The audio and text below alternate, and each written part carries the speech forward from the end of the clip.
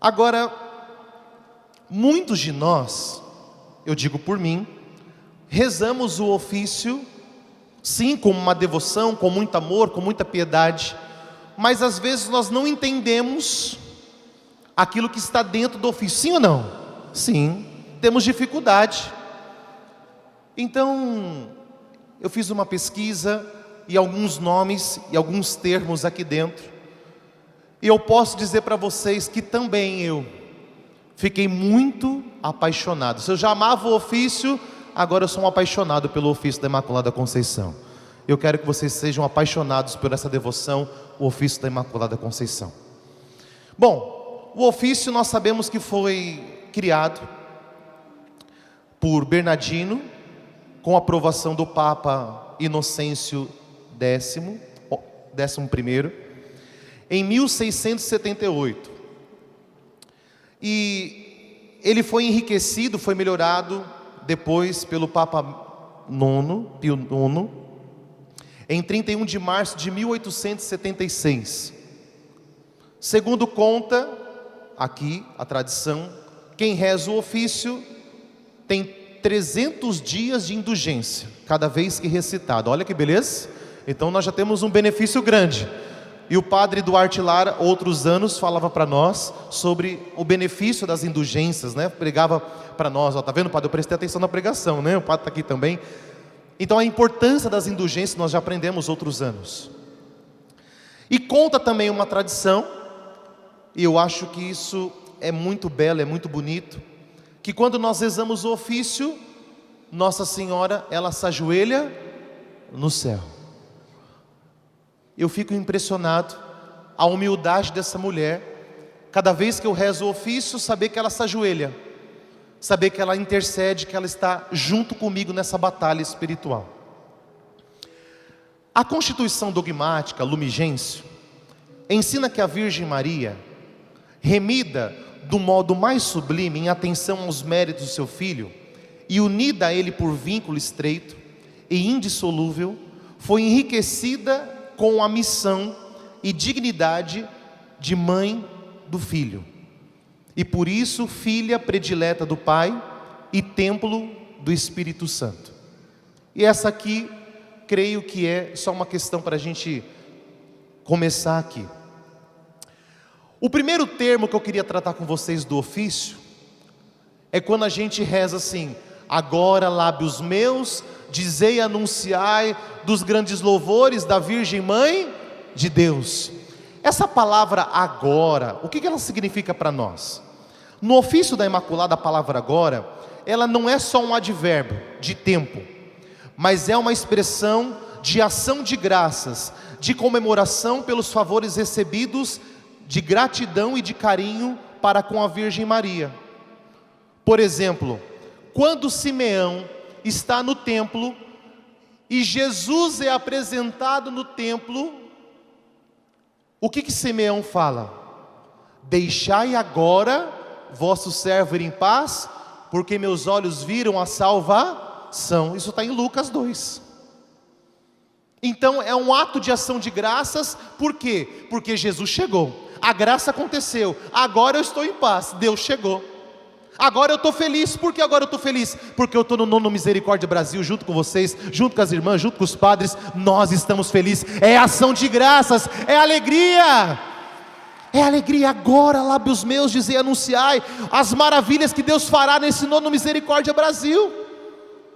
Os nossos lábios estão anunciando. Anuncia por mão do seu lado: Deus fará na sua vida grandes maravilhas. Anuncia por mão do seu lado as maravilhas, o que Deus fará por meio da Virgem Maria, por meio dos anjos. Deus fará maravilhas. Para nós é ação de graças. O ofício fala de ação de graças. Depois, aquela palavra Senhora do mundo. Deixai agora, aliás, Senhora do mundo. No livro do Êxodo, Maria, irmã de Moisés, guiou as mulheres no caminho da terra prometida. Esta mulher era a figura da Virgem de Nazaré, que também é chamada Maria. Ela é nossa mestra e nossa guia no reino dos céus. Ou seja, Nossa Senhora é aquela mulher que nos ajuda a chegar até o coração de Deus. Para nós muito claro, Maria, aquela irmã de Moisés, ajudou o povo a caminhar. Maria nos ajuda a caminhar rumo ao céu. Muito simples. Depois, nós encontramos um termo, e para nós isso é muito simples: Virgem das Virgens. Maria Santíssima recebe o título de Virgem das Virgens devido à herança. Maria é mais santa de todas as virgens. Isso, você tem dúvida com isso? Algum problema com isso? Não. Maria, ela foi pura antes, durante e depois do parto. Ela é a Imaculada Conceição. Alguma dificuldade com isso? Não, tranquilo, graças a Deus nós não temos dificuldades com isso.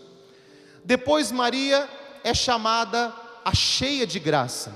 Cheia da graça divina nos recorda as primeiras palavras do anjo no mistério da Anunciação: Ave cheia de graça.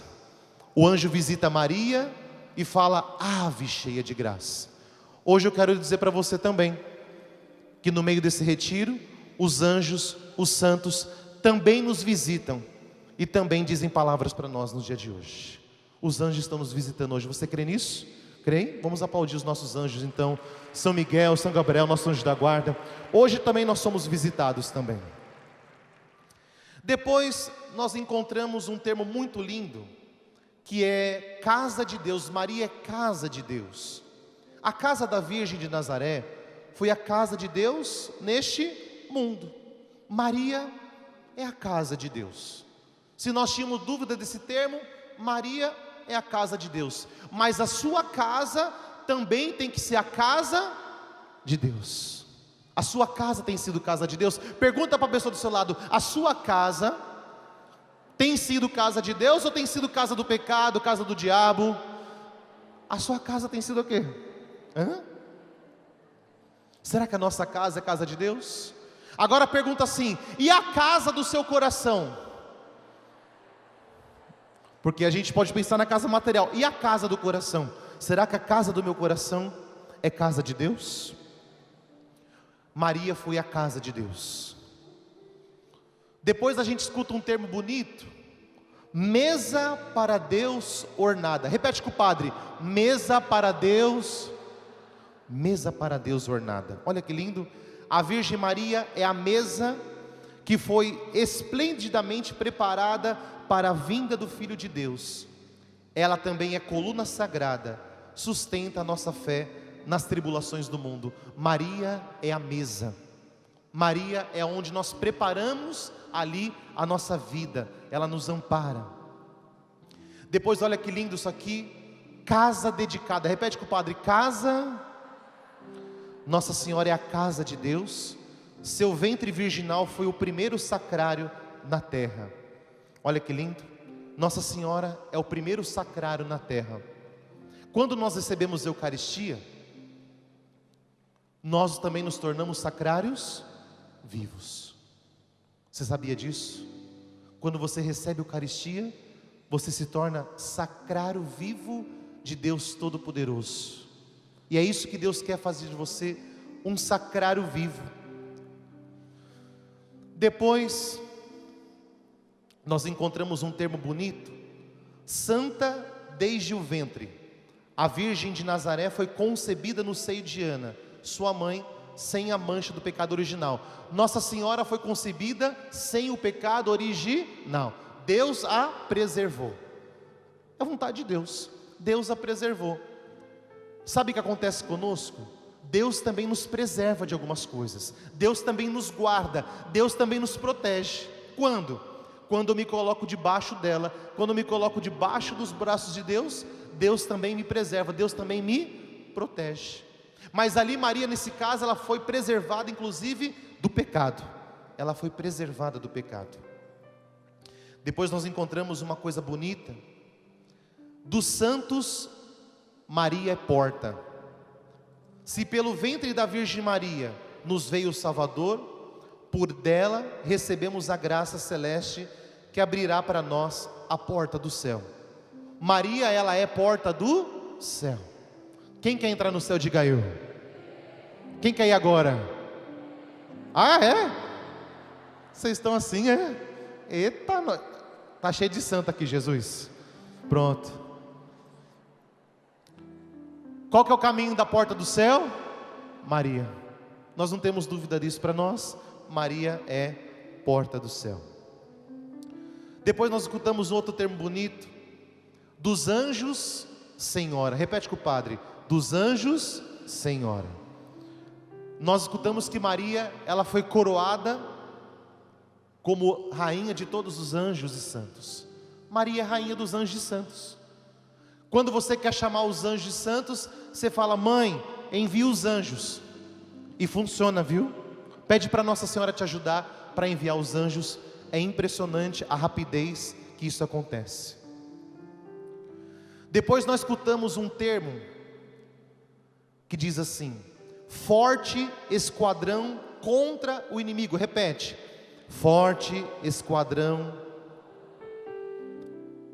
No Cântico dos Cânticos, capítulo 6, nós escutamos o seguinte: quem é esta que surge como a aurora, belo como a lua, brilhante como o sol, temível como um exército em ordem de batalha? Quem já escutou essa canção aqui? Nós escutamos. Quem é essa que avança, né? A gente canta muitas vezes. Aonde está essa passagem? No livro do Cântico dos Cânticos, capítulo 6, versículo 10, está justamente essa passagem. Maria então, ela é esquadrão contra o inimigo. Depois nós escutamos assim, que Maria é a estrela de Jacó. E aqui começa a entrar uns termos interessantes. Balaão profetiza que uma estrela sairia de Jacó, do povo de Israel, sairia aquela que venceria os inimigos. Números 24. A estrela de Jacó é a imagem da Santíssima Virgem que nos deu o Salvador do mundo. Todo o Antigo Testamento, os profetas do Antigo Testamento, eles apontam para o futuro, que viria uma mulher, que aconteceria a salvação, que viria o Salvador. O tempo todo os profetas do Antigo Testamento, eles estão sempre apontando para a salvação que vai acontecer, para o Salvador que vai chegar. O tempo todo. Se a gente pegar Isaías, Jeremias, se a gente pegar todos os profetas do Antigo Testamento, eles estão sempre apontando para aquela que viria, para aquele que viria sobre nós, para a nossa salvação. Trono de Salomão é um outro termo que está dentro do ofício. Diz assim: o rei Salomão mandou fazer para si um trono, feito de marfim e todo revestido de ouro. 1 Reis 16. Do mesmo modo, aquele que é o maior do que Salomão. Mateus 12. Ou seja, quem é maior que Salomão? Jesus. Preparou para si um trono, mais belo e mais nobre, revestido de todas as graças. Quem quer esse trono de Deus? A Virgem Maria. Quem quer o trono de Deus? A Virgem Maria. Ela é o trono de Deus. Vamos aplaudir o trono de Deus. Maria é o trono de Deus. Olha que lindo. Trono de Salomão. Salomão mandou fazer um trono. Quem quer o trono para vir? O grande Salvador? Maria.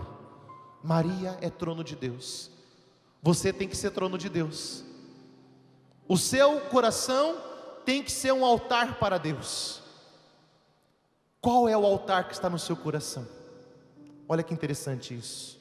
Um trono, um altar, uma mesa. Olha como as palavras do ofício, elas vão começando a tomar corpo. Inicialmente, quando você começa a ver essa pregação, você fala: onde vai parar isso? Mas quando você começa a fazer a ligação das palavras, você começa a tomar gosto pela pregação. Porque Maria, ela é trono de Deus. Que tipo de trono eu estou levantando no meu coração? O trono do pecado, da desordem, da prostituição? Que tipo de trono? Não só no meu coração, mas na minha casa. Pessoas que colocam lá tronos para Satanás. Pessoas que têm na sua sala aqueles botequinhos, né? Chega em casa, já vai abrindo aquela cerveja, já vai abrindo aquela cachaça. O trono na sua casa quem é? É Deus? Ou o trono na sua casa quem habita é o mal? Nós temos que mudar isso. A gente tem que começar a ter essa mudança. Maria é trono de Deus. Nossa Senhora é trono de Deus. A nossa casa tem que ser trono de Deus. Depois nós escutamos um outro termo: arca do concerto. Repete com o padre: Arca. O que será que significa isso? Arca do concerto. Ou podemos também chamar Arca da Aliança. Ficou mais fácil, né, padre? Arca da Aliança. O que significa Arca da Aliança? É muito simples. Arca da Aliança, o povo antigo, interessante. O povo antigo, eles caminhavam. Se a gente pega, por exemplo, Josué, por exemplo, aquele Jericó, né, que a gente fala o cerco de Jericó. O que nós encontramos no cerco de Jericó? O povo o tempo todo andando atrás da Arca da Aliança. O que representa a Arca da Aliança? Representa Deus, a presença de Deus. Interessante, quando a gente fala da Arca da Aliança, quando Deus queria falar com aquele povo, se nós pegarmos as passagens da Escritura, diz que os arcanjos que tinham, os anjos que tinham em cima da arca, quando Deus ia falar, eles se mexiam e as asas dobravam, que estavam em cima da arca, no Antigo Testamento. Olha que lindo, que coisa impressionante. Quando Deus ia falar com o povo, era tão forte essa presença de Deus na arca, que os anjos se mexiam e as asas se moviam. Está escrito na Bíblia isso, não é o padre antes está inventando, está escrito na Bíblia. Eu estudei sobre isso por causa do cerco de Jericó. Eu acabei estudando sobre a Arca da Aliança. Outra coisa interessante que acontecia, quando aconteciam deles roubarem a Arca da Aliança, que eles iam abrir a Arca da Aliança para ver o que tinha dentro, ou roubar o que tinha dentro. Diz que quando abria a arca, que não era a pessoa digna para abrir a arca, imediatamente aquela pessoa morria. Que coisa impressionante. O que a gente aprende com isso? Para tocar em Deus, para tocar nas coisas santas, eu preciso estar buscando a Ele. Se você for sacrário de Deus, escuta isso, hein? Se você for sacrário de Deus, se você for trono de Deus, quando o inimigo de Deus quiser tocar em você para te roubar, para te matar, para destruir, ele vai morrer, porque você está cheio de Deus, cheio do Espírito Santo. O inimigo não vai te vencer, nunca, jamais. Seja trono, seja arca de Deus, seja templo do Espírito. Gente, eu acho que você vai ficar apaixonado pelo ofício, porque tem tudo ligação com a história da salvação. O ofício da Imaculada é a história da salvação. O que tinha dentro da arca, só para a gente saber? Lá tinha o maná caído do céu, lá tinha as tábuas dos 10 mandamentos, e lá tinha a vara de Araão que floresceu. O que significa? Maria é a nova arca da aliança, porque ela traz Deus, traz Jesus. Jesus é o pão vivo descido do céu. O pão que caiu do céu, que era o maná. Agora quem vai nos alimentar? Jesus, Eucaristia. Segundo, os mandamentos. Jesus é o novo Moisés. Jesus pega os mandamentos, resume toda a lei: amar a Deus, amar o próximo. A lei é o próprio Cristo. E a vara de Araão que floresceu, que é o próprio Deus, que é o próprio Cristo, através da Virgem Maria. Vamos aplaudir, gente. Maria é a arca da aliança. Você também tem que ser esse templo de Deus. Depois nós encontramos um outro termo: velo de Gedeão. Repete com o padre: velo de Gedeão. Isso. Velo de Gedeão. Pergunta aí, você sabe o que é? Pergunta para o lado aí, pergunta aí. Ei, me fala aí o que é, quero saber. Conta aí. Escuta isso, olha que lindo isso. Gedeão está também no Antigo Testamento. Gedeão é um homem que está lá vivendo a sua vida, acredita em Deus, mas um dia um anjo aparece para ele e diz que Deus estava chamando para combater um exército muito grande inimigo. Chama ele para uma missão. E ele não acredita que Deus está chamando ele, que aquilo não é um anjo vindo de Deus. E ele começa a pedir provas para Deus, se era real ou não a presença daquele anjo. Então o anjo manda ele colocar um sacrifício no altar, e o sacrifício é consumido pelo fogo.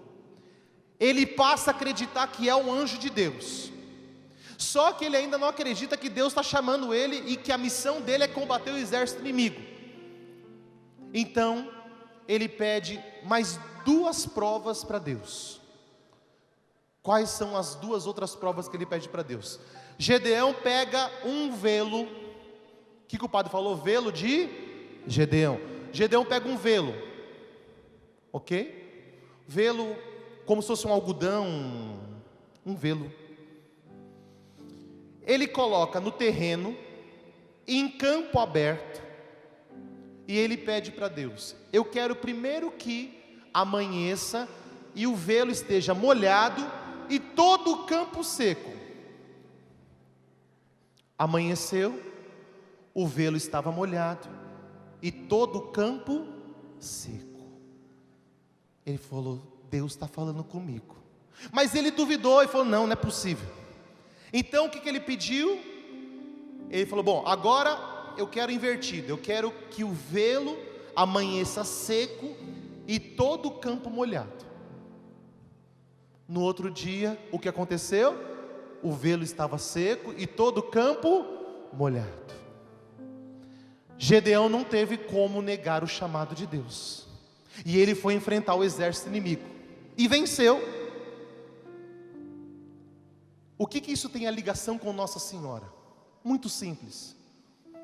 A graça de Deus veio primeiro sobre Nossa Senhora, o velo molhado.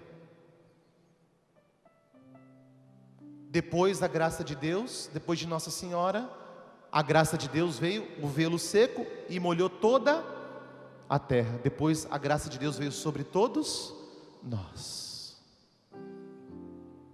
Que coisa impressionante. Primeiro a graça de Deus vem sobre o velo, Maria. Depois a graça de Deus vem sobre todos nós, o velo seco e toda a terra molhada. A graça de Deus chegou até mim, chegou até você. Agora, eu gosto muito da história de Gedeão, e eu quero que você entenda isso. Gedeão falou assim: tá, já entendi, o Senhor me chamou, já acertei o chamado. O exército inimigo é muito maior que o nosso. Nós não temos arma suficiente para combater essa batalha. E Deus disse: você não vai levar todos os homens que você tem, você vai levar poucos homens. E ele disse: tudo bem, Deus, mas como que eu vou saber quem tem que ir, quem vai ficar para combater comigo? Deus disse: leva todo mundo para beber água no rio. Leva todo mundo na beira do rio. Os que se ajoelharem para beber água, assim,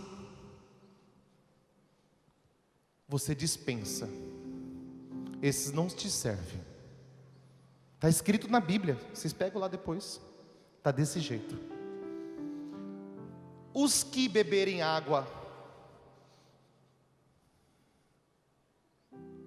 assim, você pode chamar. É os guerreiros que eu preparei para você. Deus quer escolher um exército para Ele, mas Deus quer saber que tipo de guerreiro que Ele pode contar. Porque alguém que chega assim e vai beber água assim, se o inimigo chegar, não dá tempo de você levantar. Ou se vier um bicho da água. Agora, se você está com o olho no peixe, o olho no gato,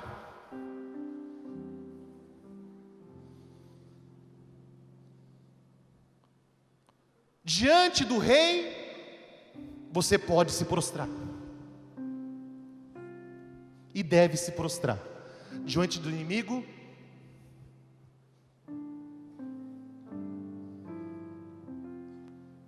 você entendeu? Como você tem combatido? Deus quer escolher um exército. Quando Deus escolheu Nossa Senhora, diz que ela estava orando, ela estava guerreando, ela estava intercedendo. Deus quer escolher guerreiros, Deus quer escolher homens e mulheres para combater o bom combate da fé, outros sacerdotes, outras freiras, outros irmãos. Mas Deus quer saber quem Ele pode escolher, quem está pronto para essa guerra, para essa batalha. Você tem uma batalha na sua casa, e você precisa vencer por causa do seu marido, por causa do seu esposo, seus filhos, seus pais. Nós temos uma batalha para enfrentar. Mas se eu começar a beber água, me prostrando na presença do inimigo, dando todas as armas que o inimigo precisa, eu vou ser derrotado a vida inteira. Mas se eu for um guerreiro verdadeiro, souber enfrentar o inimigo, souber me prostrar diante de Deus, souber enfrentar meu inimigo com a cruz na mão, eu serei um vencedor. Minha família vai se converter, minha vida vai mudar, minha história vai ser transformada. Você tem que aprender a combater. Deus tem escolhido guerreiros. Guerreiros. Eu sou encantado com a história de Gideão. Talvez você esteja curioso, né, padre? Como foi que Gideão venceu a batalha? Ele tinha então poucos guerreiros, por quê? Mas Deus disse que eram esses que iam vencer a batalha. A qualidade não está na quantidade.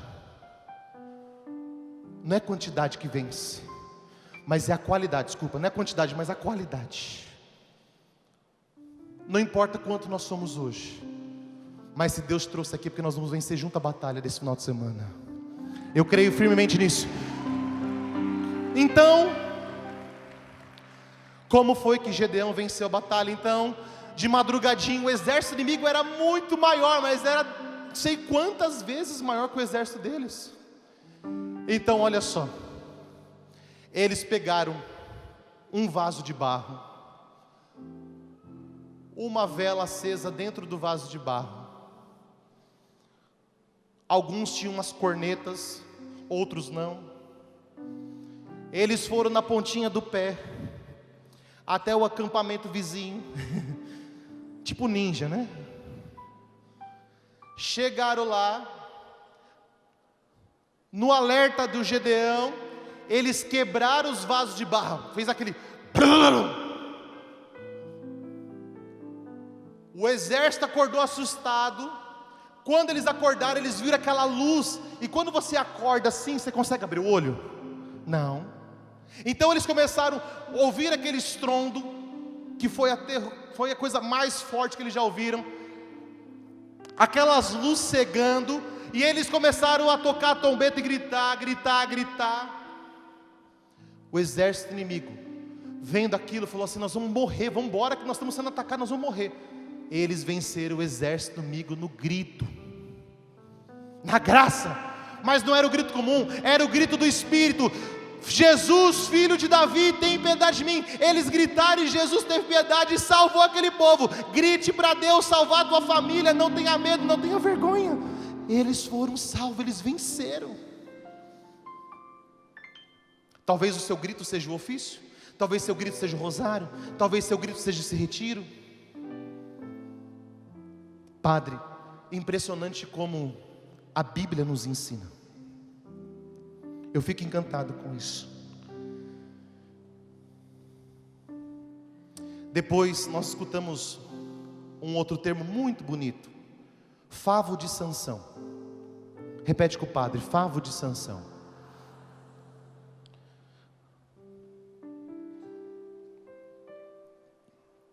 Sansão matou um leão. Depois de alguns dias, Sansão resolveu ir ver o cadáver do leão. Isso está em Juízes 14. Para sua surpresa, na boca haviam abelhas e mel em favos. Sansão matou um leão. Depois de dias, Sansão foi ver o cadáver do leão. Quando ele chega lá, na boca do leão tem um favo de abelhas e mel. Essa passagem diz respeito a Nossa Senhora, que no meio da humanidade morta por causa do pecado, aparece com toda a sua doçura. Quando nós estamos mortos por causa do pecado, quem vem estender a mão para nós? Nossa Senhora, com toda a sua doçura. Nossa Senhora é doce.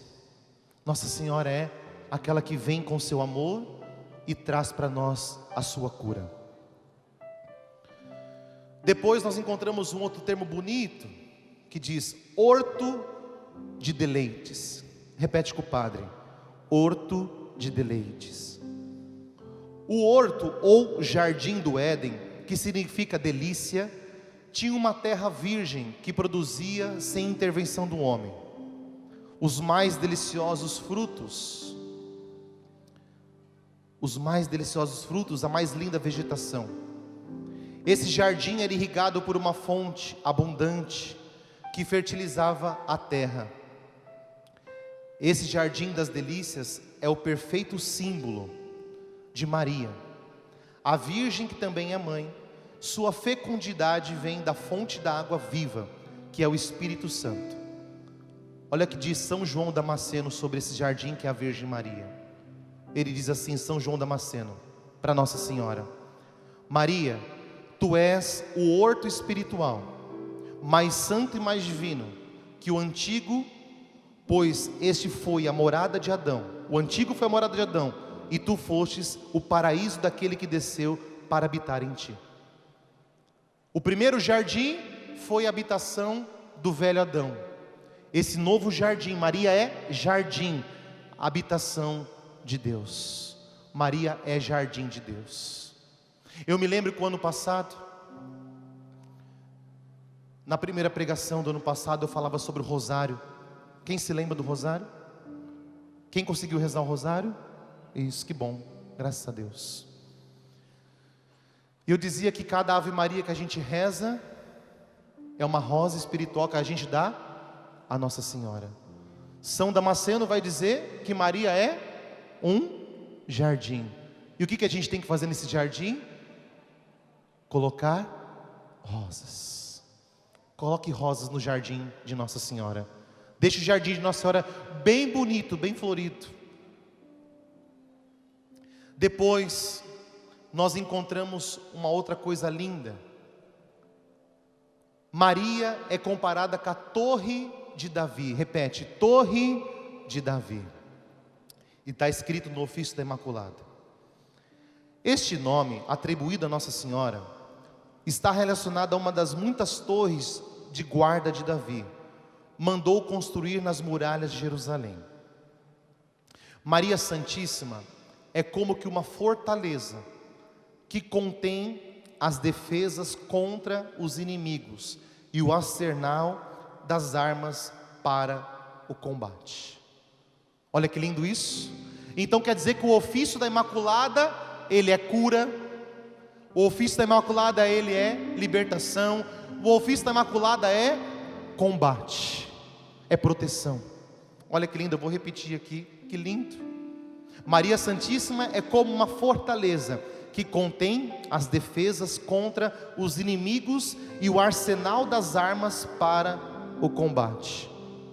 A Mãe de Deus é uma torre tão bem edificada que São Tomás de Vila Nova escreveu o seguinte: ocupando-lhe a praça forte, o próprio Deus não podia, este sem grande cuidado, permitir que o demônio dela se apoderasse, nem um instante sequer. Para isso, teve que comunicar-lhe um poder inquebrantável, transformando numa verdadeira fortaleza.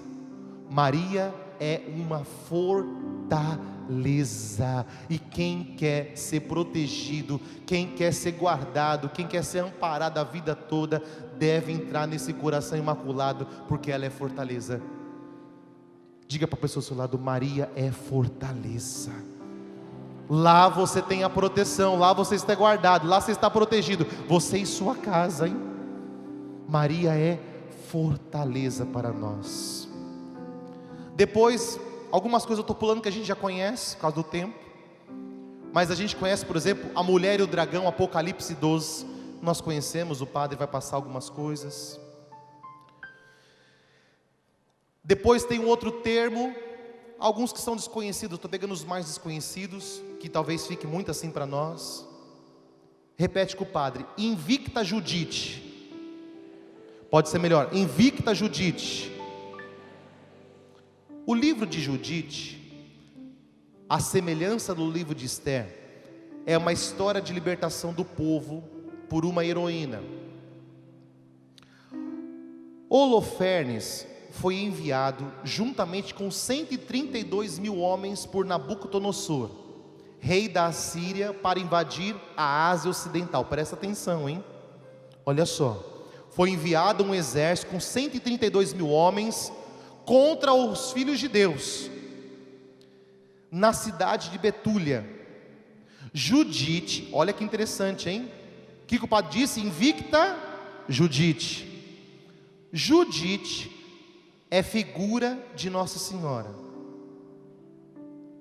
que nos liberta da escravidão de Satanás. Por isso, a igreja exalta a Virgem Maria com as mesmas palavras com que os hebreus festejaram o triunfo de Judite, que corajosamente, olha o que Judite fez, arriscou sua vida e cortou a cabeça do general Holofernes e salvou o povo. O que Judite fez? Judite seduziu Holofernes, que era o chefe do grande exército de 132 mil homens. E quando ele achou que estava tudo bem, que aquela princesa Judite estava se derretendo por ele, Judite foi e cortou a cabeça do inimigo. Quem é que pisa na cabeça de Satanás? Quem é que corta a cabeça do inimigo? Aplaude Nossa Senhora, é ela que combate por nós. Maria é a figura, Judite, ela prefigura Nossa Senhora. Gente, que coisa linda, que coisa mais linda é o ofício da Imaculada, quantas coisas lindas. E eu creio que o ofício traz para nós muitas coisas bonitas. Nós escutamos também no ofício uma coisa bonita: segura o porto aos navegantes. Repete com o padre: segura o porto aos navegantes. Olha isso que bonito. Na Idade Média, antes das grandes viagens, os navegantes participavam da Santa Missa, na qual pediam proteção de Nossa Senhora aos navegantes para enfrentar com coragem os perigos do mar, as tempestades e os ataques dos piratas. Os marinheiros pediam também a chegada a um porto seguro ao final das viagens. Sabe qual que é o grande mal do mundo hoje? As pessoas não recorrem mais a Deus para fazer as suas coisas. Primeiro fazemos as nossas coisas, primeiro resolvemos tudo que temos que resolver. Se sobrar tempo, eu vou na missa. Se sobrar tempo, eu rezo o meu terço. Se sobrar tempo, eu confesso os pecados. As pessoas inverteram as ordens. Para que a sua vida volte a caminhar, o que você precisa fazer? Começa com Deus. O mais a graça de Deus dará para a sua vida. Amém?